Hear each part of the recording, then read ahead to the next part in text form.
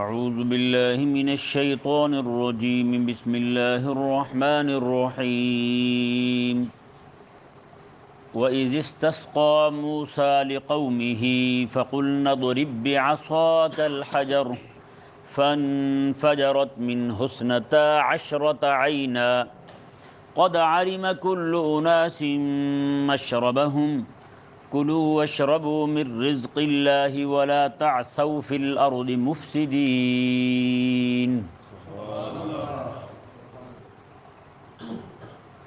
اللہ تبارک و تعالی نے بنی اسرائیل پر ہونے والے 9ویں انعام کا ذکر فرمایا۔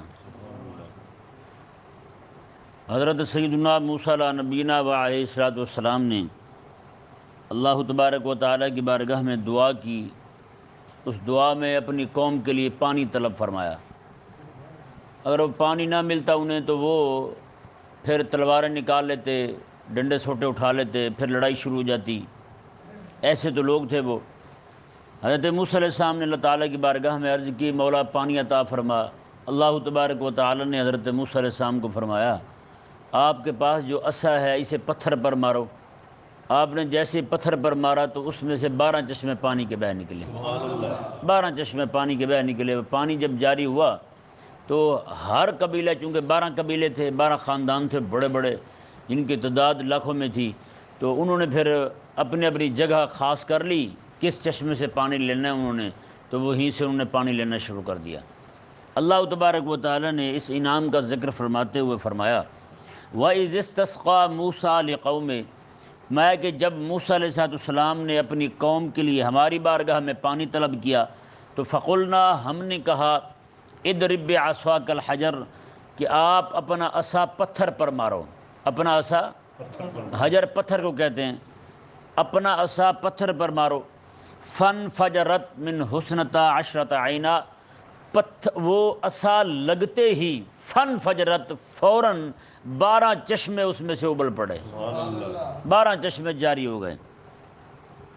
قد علم کل اناس مشربہم، فرمایا کہ تحقیق ان میں سے ہر ایک نے اپنے پینے کی جگہ پہچان لی۔ جہاں سے انہوں نے پانی لینا تھا وہ جگہ خاص کر لی، وہیں سے وہ پانی لیتے رہے۔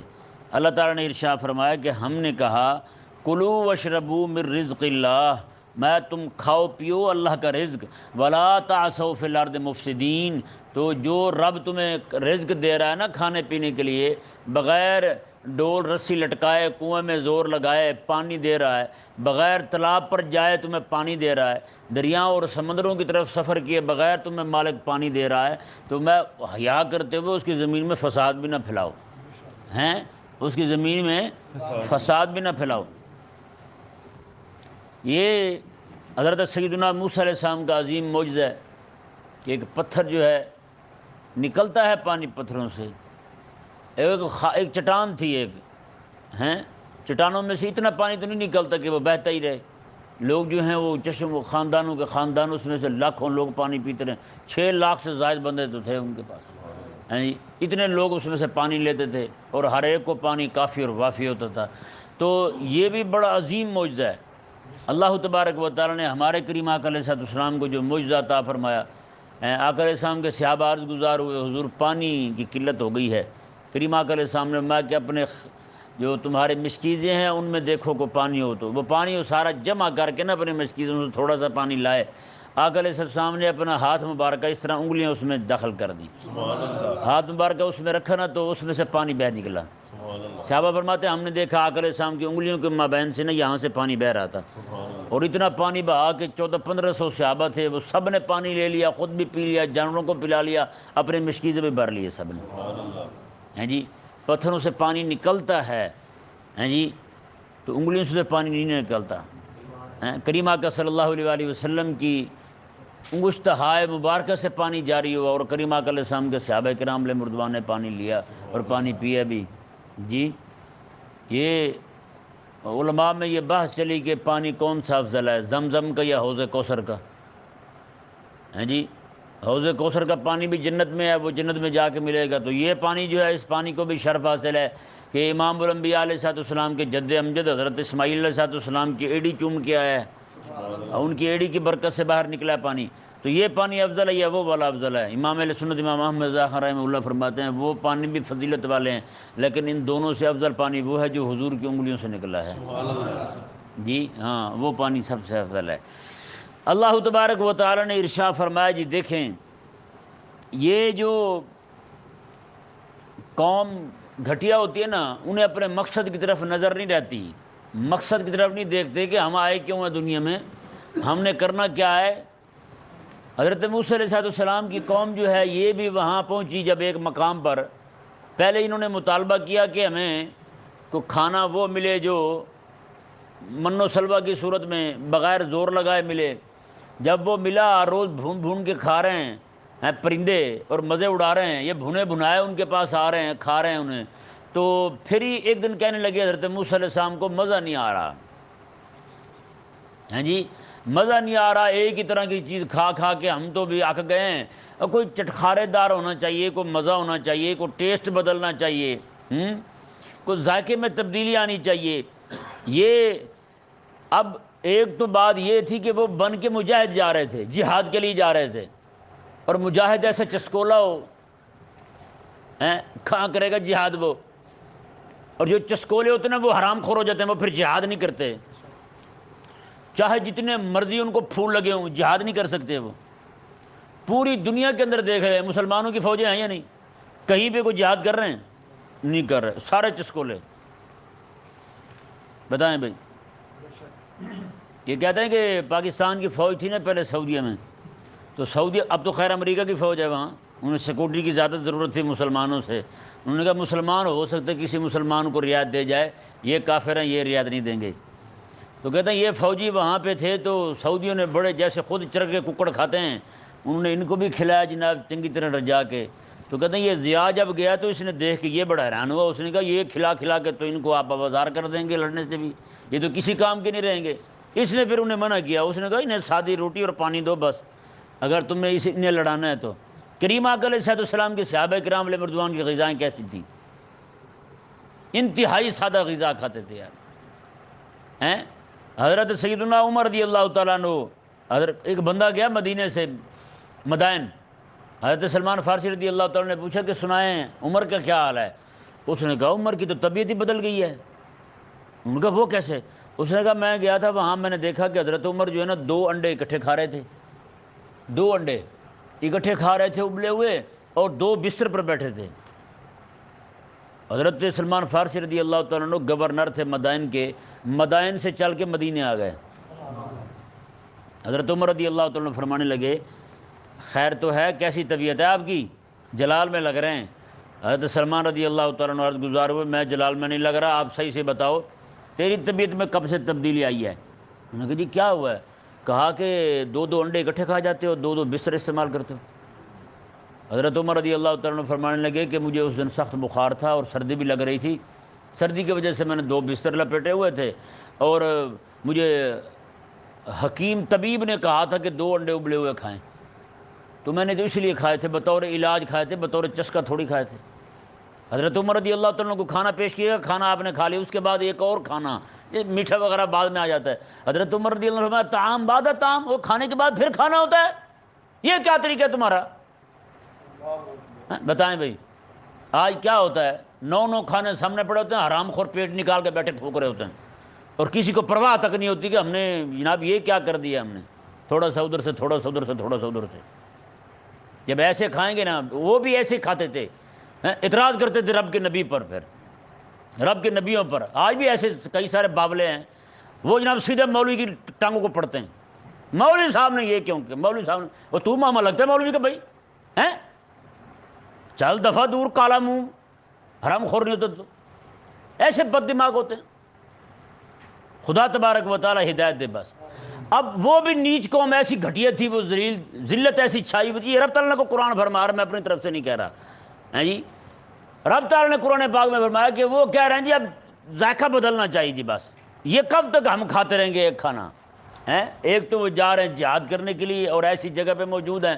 اچھا بتائیں حضرت موسیٰ علیہ السلام نے پتہ کیا فرمایا انہیں؟ یہ آیت مبارکہ پہلے دیکھیں، وَإِذْ قُلْتُمْ يَا مُوسَىٰ لَن نَّصْبِرَ عَلَىٰ طَعَامٍ وَاحِدٍ، میں کہ جب تم نے کہا اے موسیٰ ہم تو ہرگز ایک کھانے پر صبر نہیں کریں گے، ایک کھانے پر ہم سے صبر نہیں ہوتا، روز یہی کھاتے رہیں، ترنجبین کھاتے رہیں اور روز جو ہے وہ گوشت کھاتے رہیں، یہ تو ہمیں نفع نہیں دیتا، ہمارے وارے کا سودا نہیں ہے۔ فَادْعُ لَنَا رَبَّكَ يُخْرِجْ لَنَا مِمَّا تُنبِتُ الْأَرْضُ مِن بَقْلِهَا وَقِثَّائِهَا وَفُومِهَا وَعَدَسِهَا وَبَصَلِهَا۔ انہوں نے کہا کہ آپ اپنے رب کی بارگاہ میں دعا کریں ہمارے لیے وہ چیزیں نکالے جو زمین نکالتی ہے، جو زمین سے نکلتی ہیں وہ چیزیں نکالے ہمارے لیے ہیں۔ انہوں نے کس چیز کا مطالبہ کیا؟ ساگ، ساگ ہو ہیں، کیا ٹیسٹ ہے، ساگ ہو، گندم ہو ہیں، اور دال ہو مسور کی، کون سی دال؟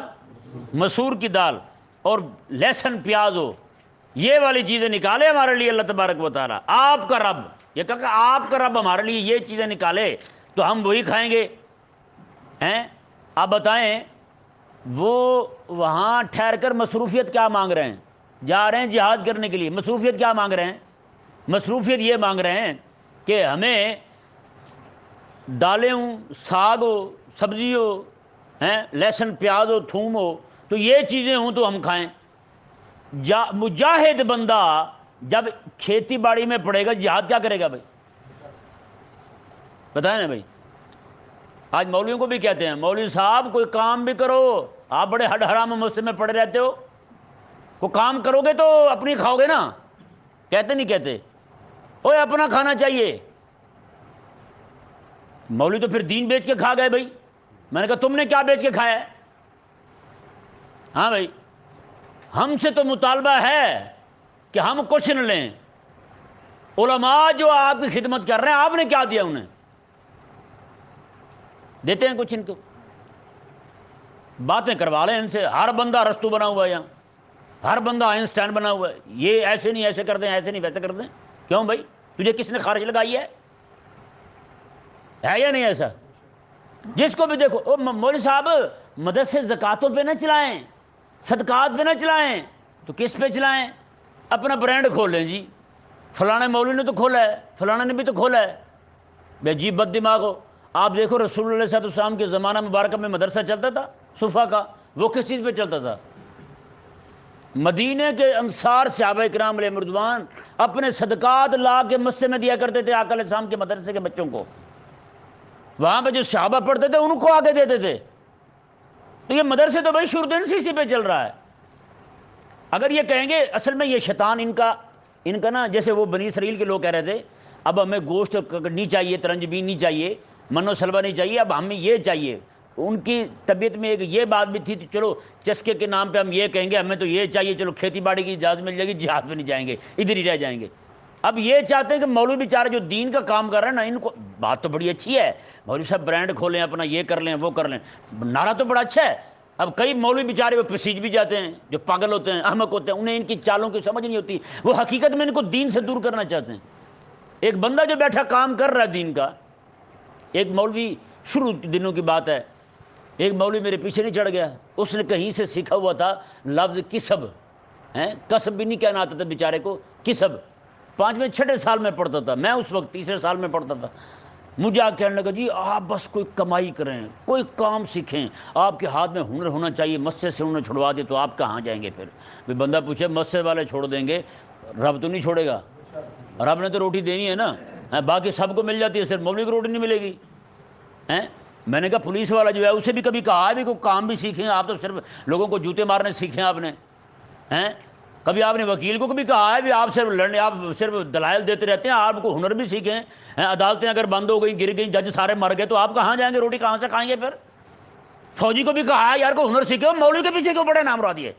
مولوی کو ہی کیوں کہتے ہیں؟ اصل مقصد ان کے ذلیلوں کا نعرہ یہ ہے کہ مولوی جناب خوددار ہو جائے، مولوی روٹی کمائے، روٹی کھائے پیے۔ حقیقت میں یہ لوگ ذلیل دین سے دور کرنا چاہتے ہیں اور کوئی بات نہیں ہے۔ جیسے ان ذلیلوں نے کہا بھائی وہ تو انہی کی نسل ہے نا، انہوں نے بھی یہی کہا موسیٰ علیہ السلام سے چلو جہاد سے بچ جائیں گے، یہاں کھیتی باڑی شروع کر دیں گے، اپنے جناب ہر چیز اگائیں گے، دالیں والیں ساگ، اور اپنے ہل چلائیں گے، دانتوں بیلوں کے پیچھے لگے رہیں گے رات دن، ہمیں جہاد کے لیے جانے کی پھر نوبت نہیں آئے گی۔ تو رب تبارک و تعالی نے وہی فرمایا، اور آج ہمیں یہی وہی مشن یہ پورا کروا رہے ہیں ہم سے، مولوی صاحب آپ اپنا برانڈ کھول لیں، کوئی کاروبار کریں، آ کے بڑے لوگ مشورے دیتے ہیں ہمیں، ہیں؟ میں نے کہا یہ صرف ہمیں ہی کہتے ہو، کسی اور کو کیوں نہیں کہتے؟ وہ ایک بندہ تھا نا، اس نے منطق پڑھی تھی، جہاں بھی بیٹھے لوگوں سے پوچھے منطق پڑھی ہے آپ نے؟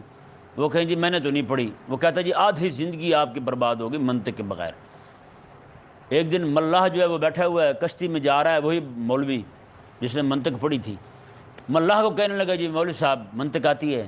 اس نے کہا جی نہیں آتی۔ اس نے کہا آپ کی تو آدھی زندگی برباد ہو گئی۔ تھوڑی دیر گزری، کشتی جو ہے وہ بھنور میں آ گئی، کشتی گھومنے لگی، تو اس نے ملاح نے کہا مولوی سے، مولوی صاحب تیرنا آتا ہے؟ اس نے کہا نہیں۔ اس نے کہا آپ کی تو ساری برباد ہو گئی، آپ کی تو ساری گئی۔ ہم ان کو یہی کہتے ہیں، ہمیں کہتے ہیں آپ کو کوئی ہنر آتا ہے؟ ہم کہتے ہیں نہیں۔ کہتے ہیں آپ کی تو آدھی زندگی برباد ہو گئی۔ ہم کہتے ہیں آپ کو آخرت کے راستے کا پتہ ہے؟ کہتا ہے نہیں۔ میں نے کہا تیری تو پچھلی ساری برباد ہو گئی ہیں۔ جب پولیس والے کو کوئی نہ کہے، انہیں پتہ ہے بھی پولیس والا کام کر رہا ہے، فوجی کو کوئی نہ کہے، انہیں پتہ ہے بھی فوجی سرحد پہ کھڑا ہوا پہرا دے رہا ہے بھی، وہ اگر وہ کمانے چلا جائے گا تو پھر کہاں سے پہرا تو نہیں ہو سکتا، پھر ہے یا نہیں؟ اگر پولیس والا کمانے چلا گیا، ہنر سیکھنے چلا گیا، پھر تو کام نہیں ہو سکتا۔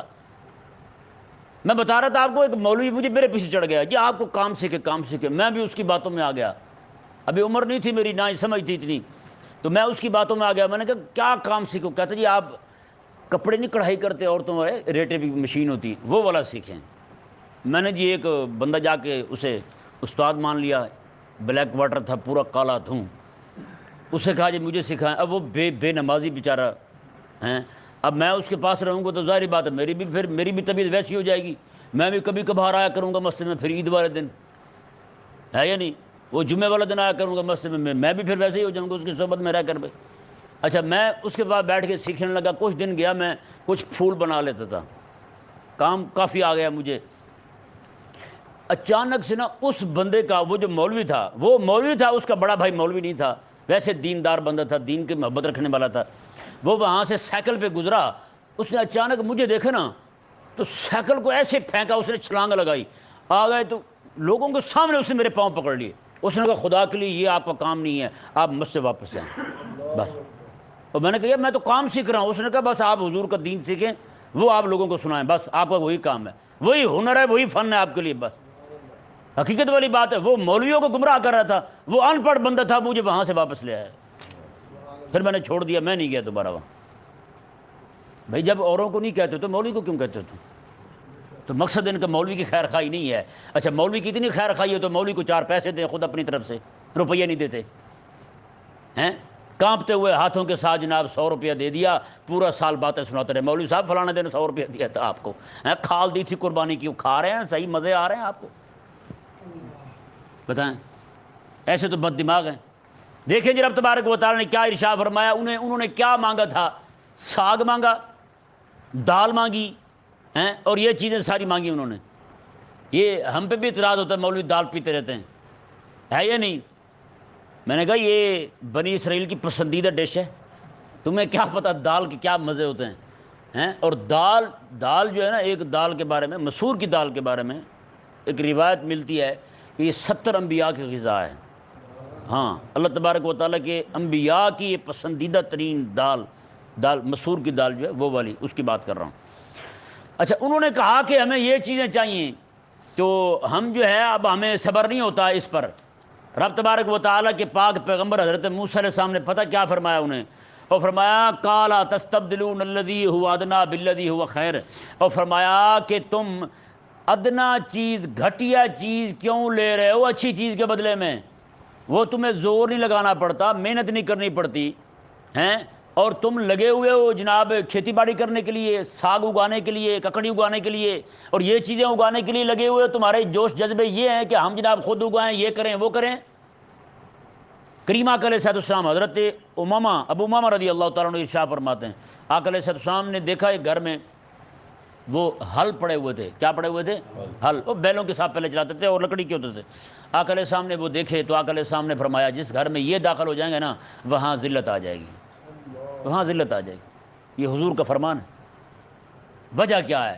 وجہ یہ ہے کہ آخر اس وقت ایک امت تعمیر ہو رہی تھی، امت تعمیر ہو رہی ہو جب ایسے وقت کے اندر بندہ ان کاموں میں پڑ جائے اور جہاد کا راستہ چھوڑ دے تعلیم امت کا زمانہ، تعلیم امت کی جو مصروفیت ہے بہت بڑی، وہ چھوڑ دے اور انہی کاموں میں پڑا رہے۔ آپ خود اندازہ لگائیں، یہ جو بیچارے کسان ہوتے ہیں، رات دن ہل مٹی پھکے جناب، وہ کیا الجھے ہوئے بال ان کے، سارا دن یہی کام، وہ بیچارے کبھی آپ نے دیکھا ہے انہیں وہ وقت نکال کے بیٹھے ہوں کہیں بھی جائیں گے ٹک کے نہیں بیٹھ سکیں گے، بھاگتے ہوئے بیچارے پیچھے آئیں گے، وہ فلانے اس طرح کر دیں، فلانے اس طرح کر دیں، ہے یا نہیں ایسا؟ کبھی ان کی حق کے لیے آواز نہیں نکلی۔ ہاں جب پانی بہہ جائے تو بشیر کو زور سے پکارتے ہیں، بشیر پانی بنی یار، ہے یا نہیں ایسا؟ تو ان کی کیا زندگی ہے بیچارے، دین کے بھی قریب نہیں ہیں، نمازیں تک نہیں پڑھتے کسان، آپ ان کو دیکھ لیں۔ اور کل ہی میں ایک پڑھ رہا تھا روایت نا، حضرت عیسیٰ علیہ السلام نے دیکھا شیطان 5 گدھے لے کے جا رہا ہے، 5 گدھے لے کے جا رہا ہے، تو ان 5 گدھوں میں نا آپ نے میں یہ کیا ہے سامان کیا ہے؟ اس نے کہا جی یہ سامان بیچنے جا رہا ہوں۔ میں کیا ہے اس میں؟ اس نے ان میں سے ایک جو ہے نا وہ بتایا کہ اس پہ تکبر ہے۔ میں یہ کسے دے گا تم؟ اس نے کہا کسانوں کو دوں گا۔ وہ جٹ نہیں ہوتے، ہاں پھٹی ہوئی دھوتی پہن کے بھی اکڑے ہوتے ہیں بیچارے، وہ قابو نہیں آ رہے ہوتے، حال ان کا یہ ہوتا ہے۔ تو رب تبارک و تعالی نے کیا ارشاد فرمایا جی دیکھیں، تو جو بندہ ان کاموں کے پیچھے پڑ جاتا ہے نا وہ بندہ جہاد سے رہ جاتا ہے۔ یہاں وہی بات بیان ہو رہی ہے۔ حضرت موسیٰ علیہ السلام نے فرمایا تستبدلون الذی هو ادنی بالذی هو خیر، فرمایا کہ بہتر چیز تمہیں مل رہی ہے، بغیر زور لگائے مل رہی ہے، بغیر بیلوں کو پکڑے مل رہی ہے، بغیر ہل جوتے مل رہی ہے، تمہیں اتنا بغیر محنت کے مل رہی ہے، تمہارے منہ تک پہنچ رہی ہے، پھر بھی تم تنگ ہو۔ حضرت موسیٰ علیہ السلام نے پتہ کیا فرمایا؟ اہبطوا مصر، چلو پہلے تم پھر کسی شہر چلو۔ وہ شہر جانا تھا جہاد کے لیے۔ موسیٰ علیہ السلام نے میں چلو پھر تم شہر پہنچ لو، پھر یہ ساری چیزیں تمہیں ملیں گی۔ آپ وہ چاہتے تھے کہ کھیتی باڑی کا ساگ دال کا بہانہ بنا کے جہاد سے رک جائیں، موسیٰ علیہ السلام بھی ان کو ویسی بات کہہ رہے ہیں، میں چلو پھر شہر تو پہنچو ہیں، آپ فرماتے چلو شہر تو پہنچو، جہاد تو کرو، یہ ساری چیزیں تمہیں مل جائیں گی۔ آگے کیا فرمایا؟ فرمایا فَإِنَّ لَكُمْ مَا سَأَلْتُمْ، ہر چیز تمہیں ملے گی جو تم مانگ رہے ہو۔ آگے جی ایک اہم مسئلہ آ رہا ہے، وہ ذرا بیان کرنا بھی ضروری ہے، ذرا توجہ کے ساتھ سماعت فرمائیں۔ اللہ تعالیٰ نے وَضُرِبَتْ عَلَيْهِمُ الذِّلَّةُ وَالْمَسْكَنَةُ، ان پر ذلت اور غریبی مسلط کر دی گئی۔ ذلت اور غریبی مسلط، یہ مسلط ہوئی ہے قیامت تک۔ کب تک؟ قیامت تک۔ حضرت عبداللہ بن عباس رضی اللہ تعالیٰ عنہما فرماتے ہیں اس سے مراد یہ ہے ان پر ذلت اور غریبی مسلط ہوئی، ان کی حکومت قائم نہیں ہو سکے گی کبھی بھی، ان کی حکومت کبھی قائم نہیں ہو سکے گی۔ یہ تفسیر پڑھتے رہے ہمارے علماء، 1300 سال کا عرصہ کہیں ان کی حکومت نہیں ہوئی، کہیں حکومت نہیں ہوئی۔ لیکن اب آ کے جب ان کی حکومت قائم ہوئی پاکستان کے بننے کے بھی بعد، پاکستان بننے کے بعد یہودیوں کی حکومت قائم ہوئی اسرائیل کے اندر۔ یہ فلسطین کا ایک حصہ تھا، یہ ایسی، اس کی زمین ایسی جیسے پاکستان کا ایک ضلع ہے نا، اتنی زمین ہے بس اس کی۔ فلسطین چھوٹا سا ہے، آدھا فلسطین جو ہے وہ ان کے کھاتے میں چلا گیا، وہ فلسطینیوں کے پاس، آل اسلام کے پاس، تو آدھے پہ یہ قبضہ کر کے انہوں نے اسے اسرائیل بنا لیا۔ اب یہ سوال پیدا ہوا بھئی مفسرین فرما رہے ہیں، صحابہ فرما رہے ہیں کہ ان کی حکومت قائم نہیں ہوگی، تو یہ کیسے ہوا پھر؟ کہ نہیں سمجھ آیا مسئلہ؟ یہ کیسے ہو گیا؟ ان کی تو حکومت قائم ہو گئی اسرائیل کے اندر، تو کیا جواب ہے پھر ہمارے پاس اس کا؟ تو یہ ذہن میں رہے، رب تعالیٰ نے قرآن میں پتہ کیا فرمایا دوسرے مقام پر سورہ آل عمران میں؟ یہاں تو یہ فرمایا نا ان پر ذلت اور غریبی مسلط کر دی گئی ہے، سورہ آل عمران میں رب تعالیٰ نے فرمایا ضربت علیہم الذلۃ اینما ثقفوا الا بحبل من اللہ وحبل من الناس۔ رب تعالیٰ نے ارشاد فرمایا کہ یہودیوں پر ذلت مسلط کر دی گئی ہے جہاں بھی رہیں گے، ہاں الا بحبل من اللہ وحبل من الناس، یا رب کا سہارا لے کر بچیں گے یا پھر لوگوں کا سہارا لے کر بچیں گے۔ رب کا سہارا کیا ہے؟ جب جنگ چھڑ جائے تو رب تعالیٰ نے حبیب کریم علیہ السلام نے ارشاد فرمایا کہ ان کے بوڑھوں کو نہ مارا جائے، ان کی عورتوں کو نہ مارا جائے، ان کے بچوں کو نہ مارا جائے، ان کے جو مذہبی تعلیم دینے والے لوگ ہیں انہیں بھی نہ مارا جائے، ٹھیک ہے جی، ان کو نہ مارنے، یہ رب تبارک و تعالیٰ کا سہارا انہیں بچا رہا ہے۔ اور دوسرا سہارا کیا ہے؟ یہ بحبل من الناس جو ہے، یہ اس اشکال کو دور کر رہا ہے جو اشکال یہ وارد ہو رہا تھا کہ رب نے قرآن میں فرمایا ان پر ذلت اور مسکینی غریبی مسلط کر دی گئی ہے، اور یہ لوگ تو اپنی حکومت قائم کر چکے ہیں۔ تو رب تبارک و تعالیٰ نے کیا فرمایا؟ میں یہ لوگوں کا سہارا لے کر کھڑے ہو سکتے ہیں، ذلت ہے ان پر لیکن لوگوں کا سہارا لے کر کھڑے ہو سکتے ہیں۔ تو انہوں نے امریکہ کا سہارا لے کر اپنی یہ ریاست قائم کی ہے۔ اس کے دو جواب ہیں، ایک بندہ شریف ہو، اس کی بہت بڑی کوٹھی ہو، اس کی کوٹھی پر 10 بدماش آ کے، ڈاکو آ کے قابض ہو جائیں اور بیٹھ جائیں، اس غریب کو، شریف بندے کو وہاں سے نکال دیں، تو بتائیں اس کا قبضہ جو ہے وہ جائز مانا جائے گا یا حرام مانا جائے گا؟ حرام ہی مانا جائے گا نا۔ تو پھر ان کا جو قبضہ ہے وہاں پر، یہ تو حرام ہی ہے، یہ تو شرعاً جائز اور حلال ہی نہیں ہے، یہ تو بدماشی کے طور پر وہاں بیٹھے ہیں۔ ایک بات۔ دوسری بات کہ ان کی جو حکومت قائم ہوئی ہے آج بھی یہ بیساکھیوں پر کھڑی ہے، امریکہ برطانیہ ان کے پیچھے ہے، اگر وہ اپنا ہاتھ کھینچ لے تو یہ دھڑام سے گر جائیں گے نیچے، ان کی کوئی حکومت نہیں رہی۔ انہوں نے یہودیوں کو لا لا کے پوری دنیا سے یہاں آباد کیا ہے، اور ذلت ان پر ایسی چھائی کہ جرمن کا ایک بندہ، اس نے ایسا قتل کیا، لاکھوں لاکھ یہودی قتل کیے اس نے، یہ تھوڑے سے بچا لیے اس نے۔ یہ بچا کے پتہ کیا کہا تھا اس نے کہا ان ذلیلوں کو میں اس لیے چھوڑ رہا ہوں تاکہ آنے والے لوگ مجھے ظالم نہ کہیں، ان کی حرکتیں اور ان کی ذلت دیکھ کر یقین کر لیں کہ اس نے صحیح کیا تھا، مجھ سے حسن ظن رکھیں، یہ اس نے کہا تھا۔ اور پورے جرمن کے اندر جب یہ یہودی وہاں رہتے تھے، اب تو خیر وہاں ہی جمع ہو گئے سارے، تل چھٹ وہیں جمع ہو گیا، تو جب وہاں رہتے تھے وہاں پہ جرمنی کے ہر بندے نے دکان کے باہر بورڈ لگایا ہوا تھا، میری دکان میں 2 نہیں آ سکتے، ایک کتا اور ایک یہودی، یہودی اور کتا یہ 2 میری دکان میں داخل نہیں ہو سکتے۔ اب یہودی کا ذکر کتے کے ساتھ ذلت ہے یا نہیں؟ اتنا لوگ ذلت کی نگاہ سے انہیں دیکھتے تھے کہ لوگ دکانوں پہ لکھتے تھے کتا اور یہودی یہاں نہیں آ سکتے۔ اور یہ ذلیل ایسے منحوس ہیں، یہ جہاں بھی جاتے ہیں نا معیشت پر قبضہ کرتے ہیں سب سے پہلے۔ اور معیشت پر قبضہ کیسے کرتے ہیں یہ ذلیل؟ یہ لوگوں کو پیسے ادھار دیتے ہیں اور سود پہ دیتے ہیں، سود پہ پیسے دیتے ہیں، اور جہاں بھی سود پیسے دیے لوگ جو ہے وہ ایسا ان کو سود دے دے کے کنگال ہونا شروع ہوئے، لوگ ذلیل ہونا شروع ہوتے ہیں، تو لوگ پھر ان کے پیچھے چڑھ جاتے ہیں۔ آج بھی ان ذلیلوں نے جو معیشت پر قبضہ کیا ہوا ہے یہ سارا سود کی وجہ سے ہے۔ آج عالمی بینک پہ انہی کا قبضہ ہے، عالمی بینک پہ انہی کا قبضہ ہے، لوگ کماتے ہیں یہ سارا کھا جاتے ہیں۔ اور یہ بیوقوف تو پھر ہمارے مسلمان بھائی ہیں جو جا کے اپنا پیسہ ان کے پاس رکھتے ہیں۔ جن ذلیلوں نے اپنی شریعت کا لحاظ نہیں کیا، اپنے نبیوں کا لحاظ نہیں کیا، یہ ہمارے لوگ ان کا اعتبار کرتے پھرتے ہیں۔ دیکھیں جناب تبارک و تعالیٰ نے کیا ارشاد فرمایا۔ اور غریبی ایسی کہ یہودی کے پاس جتنے مرضی پیسے آ جائیں کبھی بھی شکر نہیں کرے گا، غریبی ایسی چھائی ہے ان پر، ذلیلوں پر، کبھی بھی یہ نہیں کہیں گے جناب اب ہم سکھے ہو گئے ہیں، اب ہم سکھ میں نہیں۔ رب تعالیٰ کی طرف سے ان پر ذلت اور مسکینی چھائی ہوئی ہے کہ کبھی بھی یہ جناب یہ نہیں کہیں گے کہ اب ہم جناب خوشحال ہو گئے، ذلیل کے ذلیل ہی رہیں گے۔ جیسے بندہ بڑا امیر ہو جائے، جی ہیں بڑا امیر ہو جائے، امیر ہونے کے بعد بھی وہ بھوکا ہی ہو، ایک ٹکا بھی جناب وہ اپنے بچوں پہ خرچ کرنے کے لیے بھی تیار نہ ہو، تو بتائیں اس کے وہ پیسہ ہے، پیسہ تو ہے اس کے پاس لیکن ساتھ غریب بھی ہے، مسکین بھی ہے یا نہیں؟ ہاں، ایسے بھوکے لوگ بھی بہت سارے ہمارے معاشرے میں پائے جاتے ہیں۔ اللہ تبارک و تعالیٰ سمجھنے کی توفیق عطا فرمائے۔ یہ مبارکہ دیکھیں جی، اللہ تعالیٰ نے ارشاد فرمایا کہ ان پر پھر ذلت اور مسکینی مسلط کر دی گئی، وباؤ بغضب من اللہ، فرمایا کہ وہ اللہ تبارک و تعالیٰ کے غضب کے مستحق ہو گئے، اللہ کے غضب کے مستحق ہو گئے۔ ذالک بانہم کانوا یکفرون بآیات اللہ، وجہ یہ تھی کہ وہ اللہ کی آیتوں کے ساتھ کفر کرتے تھے، اللہ کی آیتوں کے کافر تھے وہ، اور وَيَقْتُلُونَ النَّبِيِّينَ بِغَيْرِ الْحَقِّ، وہ اللہ تعالیٰ کے انبیاء کو نہ حق قتل کرتے تھے، اللہ تعالیٰ کے انبیاء کو نہ حق قتل۔ حضرت سیدنا عیسیٰ علیہ السلام کو قتل کیا، زکریا علیہ السلام کو قتل کیا، اور نبیوں کو شہید کیا انہوں نے، ایک دن میں 70 نبی شہید کر دیے انہوں نے، بتائیں بھائی 70 نبی ایک ہی دن میں شہید کر دیے ان ذلیلوں نے۔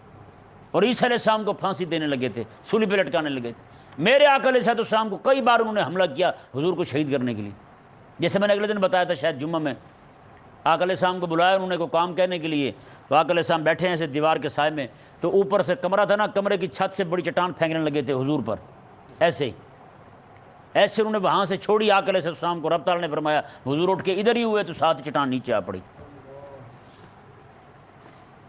اور ایک مرتبہ آقا علیہ السلام تبوک جب گئے نا تو ان کے منافق تھے، یہودی تھے منافق، وہ چھپے ہوئے تھے ان میں، آقا علیہ السلام تبوک گئے تو وہ بھی ساتھ ہو لیے تھے۔ وہاں سے جب حضور واپس آنے لگے نا تو راستے میں آقا علیہ السلام کو رب تعالیٰ نے اطلاع دی کہ حبیب ایسی ایسی بات ہے، آپ کو یہ جب پہاڑی کے اوپر چڑھیں گے نا آپ کو وہاں سے گرا کر شہید کرنا چاہتے ہیں۔ آقا علیہ السلام نے اپنے صحابی کو فرمایا کہ دیکھو سب کو کہہ دو کہ نیچے جائیں، کوئی اوپر نہ آئے۔ 2 صحابی حضور کے ساتھ تھے، ایک آگے کے چل رہے تھے، ایک پیچھے چل رہے تھے حضور کی سواری کے، سب کو پیچھے کر دیا کہ کچھ لوگ جو ہیں رات کے وقت اس طرح کر کے اپنے منہوں کو یہ پگڑیوں کے ساتھ اس طرح چھپائے ہوئے، وہ 12 لوگ تھے یا کتنے تھے، وہ سارے لوگ جو ہیں وہ پیچھے پیچھے جناب آ رہے تھے آقا علیہ السلام کو وہاں سے دھکا دینے کے لیے کہ حضور کو وہاں سے گرا دیجئے اور شہید کر دیجئے۔ تو یہ تو ایسے کمینے لوگ ہیں پیدائشی جو کمینے ہوں تو ان پر تو ذلت چھانی چھانی ہے۔ رب تبارک و تعالی نے ارشاد فرمایا ذالک بما عصوا وکانوا یعتدون، میں وجہ یہ تھی کہ یہ نافرمان تھے اور یہ حد سے بڑھنے والے تھے، نافرمان بھی تھے اور حد سے بڑھنے والے بھی تھے۔ اللہ تبارک و تعالی سمجھنے کی توفیق عطا فرمائے۔